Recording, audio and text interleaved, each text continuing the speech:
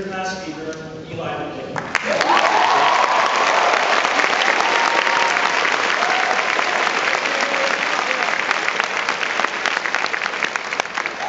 Good afternoon, Yorktown.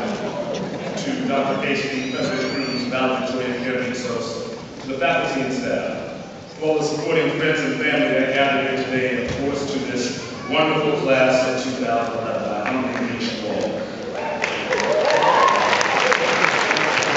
I want to take this moment to especially thank the teachers and the parents who are the most responsible for our being here. And most of all, I'm grateful to God for the grace and mercy that allowed me to see this day.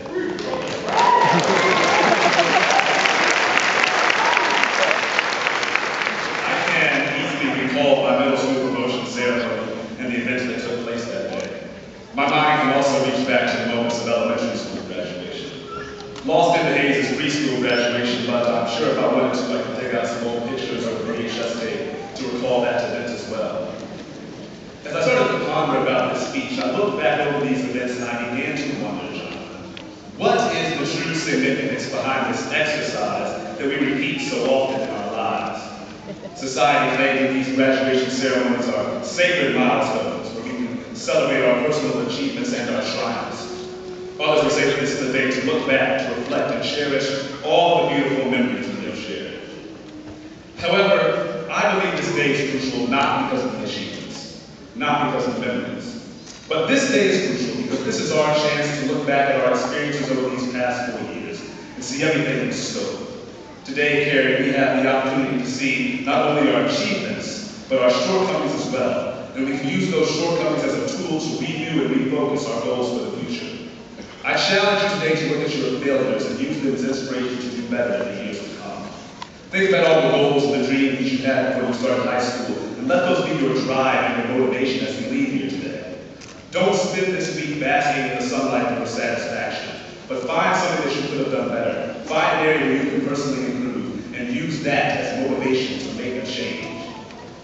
As we celebrate today in Yorktown, be mindful that high school should not be the pinnacle of your success, but rather high school should be a stepping stone to your success. We have not finished the work and the task that we set before us, and we have simply been given a few of the tools that we will need to succeed.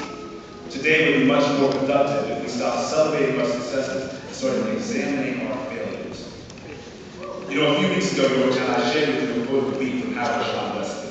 It simply said, "Failure is not the opposite of success. Failure is the fertilizer of success."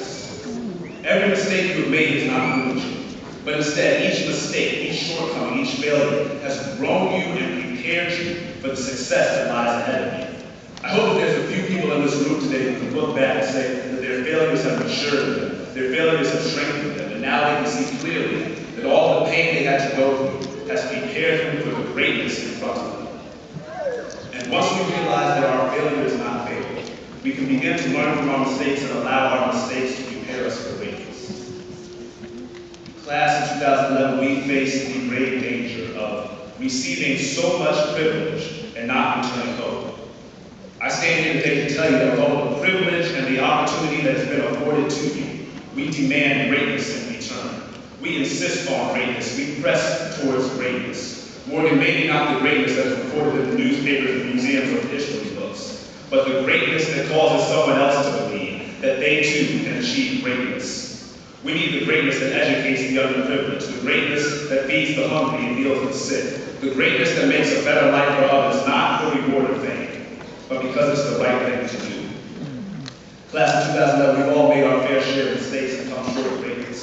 But the best part about this 4-year story, Alex, is the fact that we can now look back on all those mistakes and see how they made us better people. You know, that's why I love the wisdom of Howard Thurman when he says, "What happens to you can't defeat you unless you allow it to get inside of you." You see, one bad report card can't defeat you, but telling yourself that you aren't smart, that will defeat you. Having people hate on you and talk about you can't defeat you, but actually believing you're inadequate, that will defeat you. Is there anybody here who would say that my hardships, my difficulties, and my failures didn't defeat me because I didn't allow that mentality to get inside of me? So now go and succeed beyond your wildest imagination. Go dream beyond your previous expectations and believe in the greatness that lies within you.